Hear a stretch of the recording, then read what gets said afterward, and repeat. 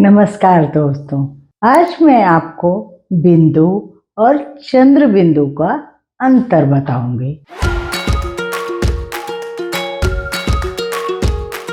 बिंदु जिसे हम बिंदी भी कहते हैं और अनुस्वार भी कहते हैं, और चंद्र बिंदु जो चंद्र की तरह लगाकर ऊपर बिंदी लगाई जाती है उसे हम चंद्र बिंदु कहते हैं और इसे अनुनासिक भी कहते हैं। तो हम चंद्र बिंदु का प्रयोग कहाँ करते हैं और बिंदु का प्रयोग कहाँ करते हैं, इस वीडियो को देखने के बाद आपकी ये गलती हरगिज नहीं होगी, क्योंकि मैंने बहुत स्पष्ट तरीके से समझाया है कि कहाँ बिंदु लगाना है, कहाँ चंद्र बिंदु लगाना है।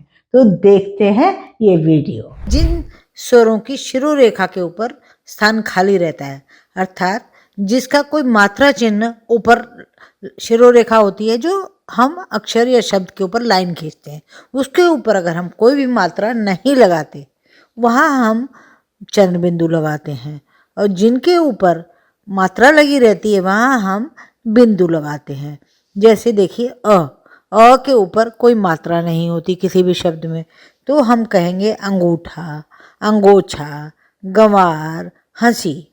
और आ देखिए, आ में आंधी, आंसू, आंवला, कांच, भांग, ये सभी में चंद्र बिंदु लगेगा, क्योंकि हम इसके ऊपर मात्रा इसकी प्रयोग में नहीं लाते हैं। जब हम ए लिखते हैं तो हम अक्षरों के ऊपर ए की मात्रा लगा देते हैं। तो जैसे सिंघाड़ा लिखा, तो सिंघाड़ा में हम चंद्र बिंदु नहीं लगा सकते, क्योंकि स के ऊपर मात्रा लगी है, शिरोरेखा के ऊपर मात्रा लगी हुई है, तो हम यहाँ बिंदु लगाएंगे सिंघाड़ा। हिंडोला, या इसी में भी छोटी ई की मात्रा है, हिंडोला, तो बिंदु लगेगा। खिंचना, खिंचना में भी इसी प्रकार बिंदु लगेगा। ई से कोई मात्रा शब्द बनाते हैं तब हम बिंदु लगा सकते हैं, क्योंकि ऊपर शिरोरेखा के ऊपर मात्रा होती है। जैसे ईंधन, झींगुर, तो इनमें हम बिंदु लगाएंगे, चंद्र बिंदु नहीं लगा सकते। अब हम ऊपर जब हम मात्रा लगाते हैं किसी व्यंजन पर, तो नीचे मात्रा लगाते हैं, तो शिरोरेखा के ऊपर कोई मात्रा नहीं होती। जैसे मोह, धुंधला, तो इनमें हम चंद्र बिंदु लगाएंगे। मोह में भी हम चंद्र बिंदु लगाएंगे और धुंधला में भी चंद्र बिंदु लगाएंगे। उंगली, उंगली में भी चंद्र बिंदु लगाएंगे। अब आई बड़े ऊ की मात्रा। बड़े ऊ की मात्रा भी नीचे लगती है, शिरोरेखा के ऊपर कोई मात्रा नहीं लगती, तो हम लिखते हैं, मान लीजिए गूंज, कूंची, इनमें हम चंद्र बिंदु लगाएंगे। पूंछ, पूंछ में भी हम चंद्र बिंदु लगाएंगे। अब है छोटी ए की मात्रा।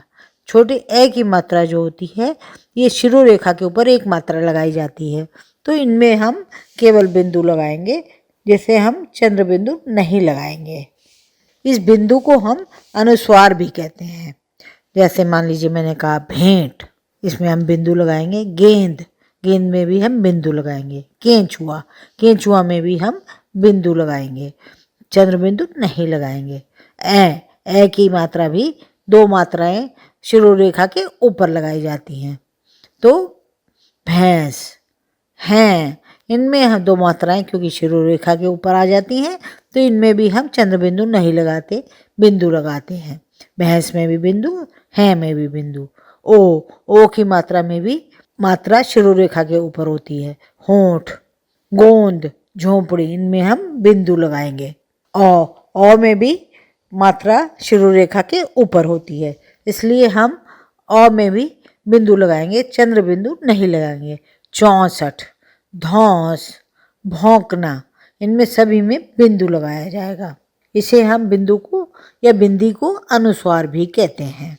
और जो चंद्र बिंदु होता है उसे हम चंद्र बिंदु कहते हैं, जहाँ चंद्रमा आधा चंद्र और ऊपर बिंदु लगाया जाता है। अब हम ये जानेंगे कि हम बिंदी कहाँ लगाते हैं। ये हम आने वाले जहाँ उसकी ध्वनि होती है बिंदु की, वो उससे पहले अक्षर पर लगाते हैं। मतलब कहते हैं शब्द में अनुसार के पहले आने वाले व्यंजन के ऊपर या स्वर के ऊपर बिंदु लगाया जाता है। जैसे गंगा, गंगा में ये यहाँ होता है, लेकिन हम उसको न के रूप में प्रयोग लाते हैं, गंगा, तो ग पहले ग के ऊपर हम बिंदु लगा देते हैं। इसे हम अनुस्वार कहते हैं।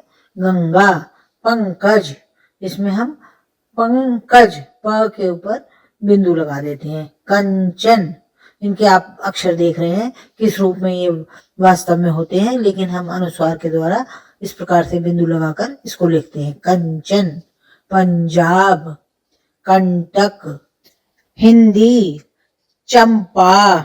दोस्तों, देखते रहिए लॉजिक टच। हमें आपके सहयोग की सख्त जरूरत है। इसे सब्सक्राइब करना हरगिज ना भूलें। देखते रहिए लॉजिक टच।